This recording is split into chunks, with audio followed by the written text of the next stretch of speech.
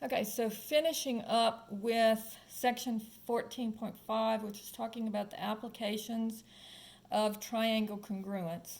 We're now going to talk about the inverse of the Pythagorean theorem.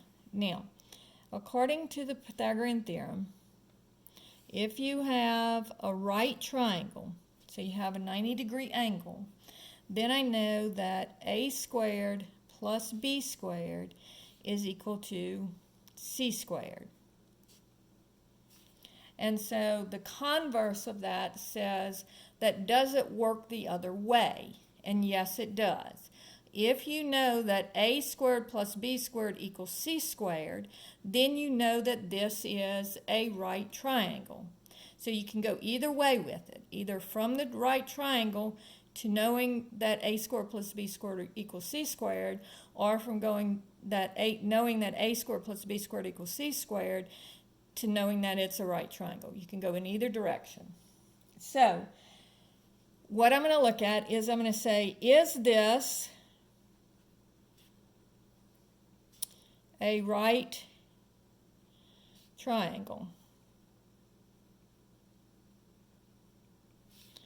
So problem number 1, if the sides of the triangle are 12, 13, and 5, would that be a right triangle? So notice that my hypotenuse is always going to be the longest side.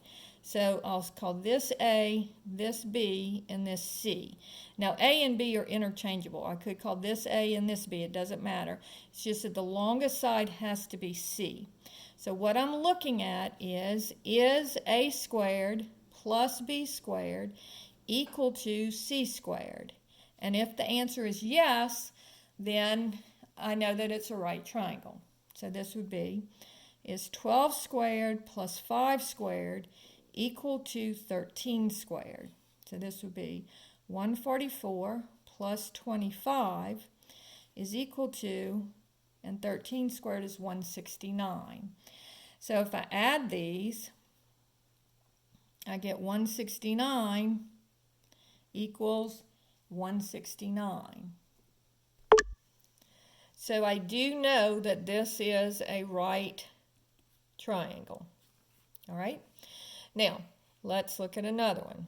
Let's say we have 3, 5, and 7.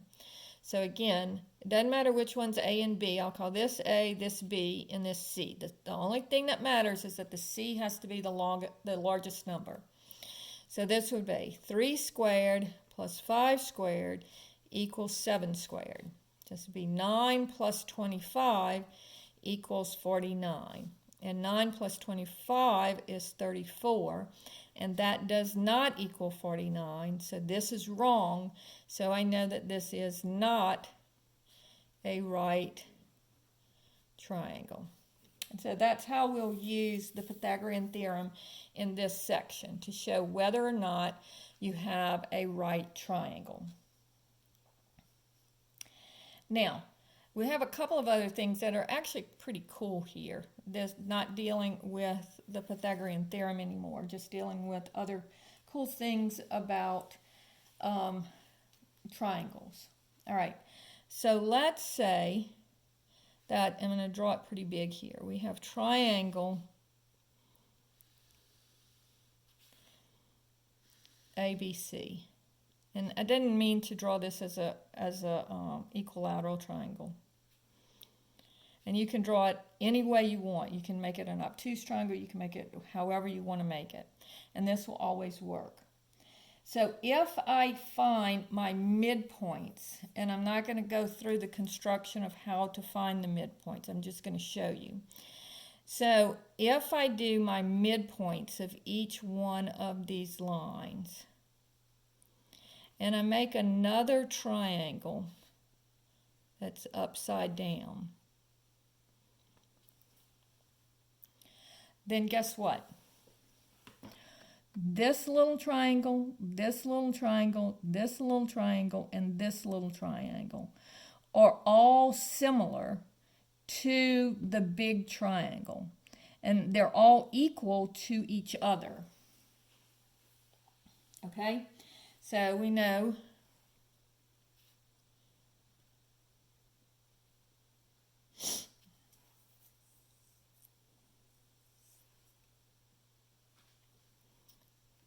this and this are equal because this is the midpoint. We know this side and this side are equal because it's the midpoint. And we know that this side and this side are equal because it's the midpoint. So looking at the big triangle, and I'm going to just do, and let's call this P, Q, and R here. So what I'm going to show is I'm going to show that PBQ is similar to the big triangle. And you can do the same thing with all the other ones too. But you can show that they are similar. All right. So if I look at this triangle, notice that PB is equal to 1/2 of AB because these two are the same size. And I also know that BQ is equal to 1/2 BC. And so because there is that proportional relationship, so notice that if I divide both of these by AB, I would have PB over AB is equal to 1/2. And if I divide both of these by BC, I would have BQ over BC is equal to 1/2. And so that tells me that PB over AB is equal to BQ over BC. All right, because they're both equal to 1/2. And so because I have this proportional relationships about those triangles, I therefore know that triangle BPQ is similar to triangle B, so BPQ would be BAC.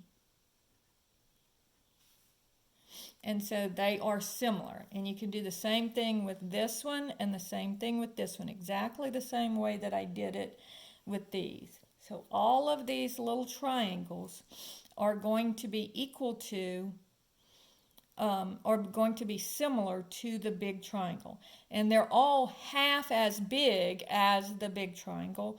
And so therefore, they are all going to be congruent to each other. So this is actually what this triangle is. This is an isosceles triangle. And so this would be this. And then this would be this. This side and this side are going to be the same. And then this side is going to be the same as these bottom ones. So this one's kind of turned over and flipped up. All right. So they're all congruent. And they're similar to the big triangle. They're all half as big as the big triangle. All right.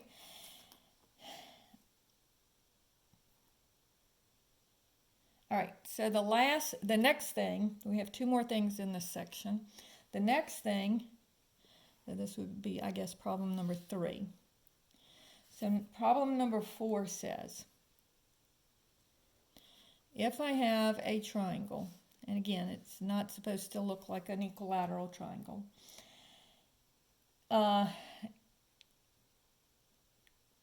ABC,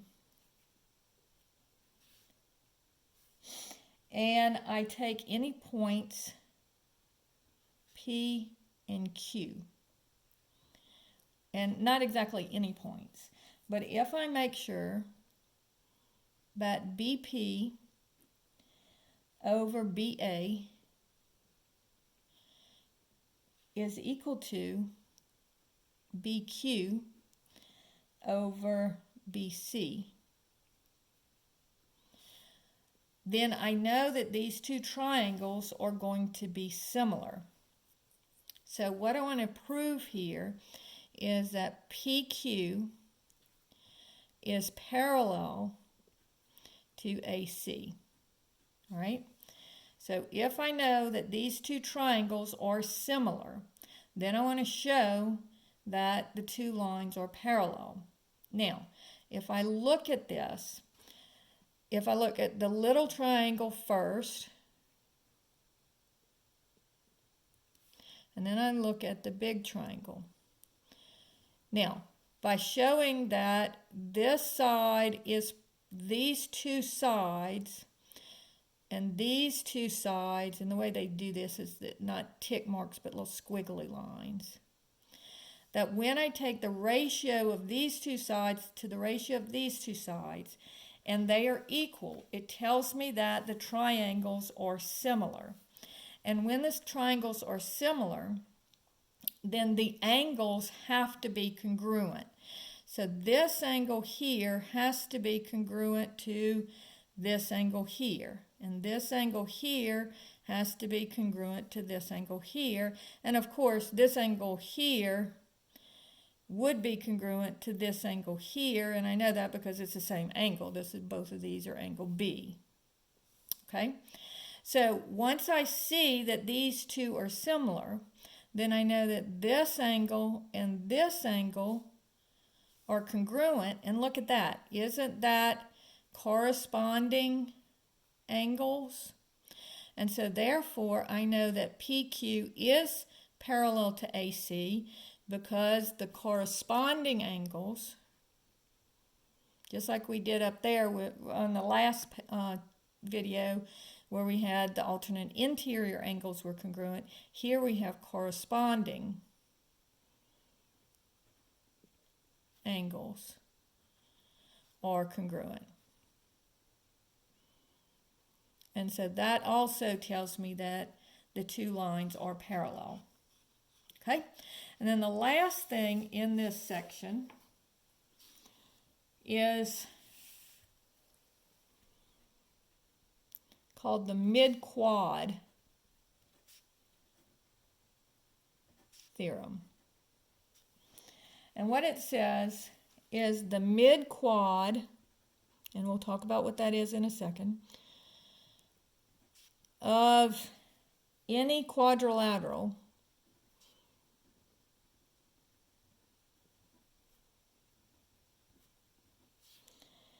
is a parallelogram.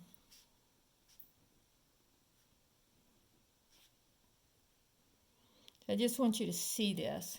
So what I'm going to do is I'm just going to draw any quadrilateral. So I'm just going to make it as, so that it's not a parallelogram, it's not a trapezoid, it's just a quadrilateral. Okay? And so let's call this A, B, C, D. So now what I'm going to do is I'm going to take the midpoints of each one of these sides of the quadrilateral. So here's midpoint, midpoint. Let's see, midpoint would be about here, and midpoint would be about here. All right?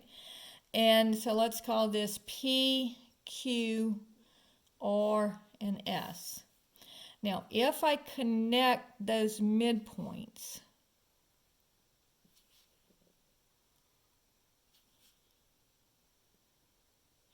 notice that these two lines are parallel and these two lines are parallel. Now, it's very difficult to prove this, but this is called the Midquad theorem, and all you have to do for this section is know it. So the homework on this section is going to be 1, 5, 6, 8, 10, 12, and 13. And that is it for section 14.5, and that finishes up chapter 14.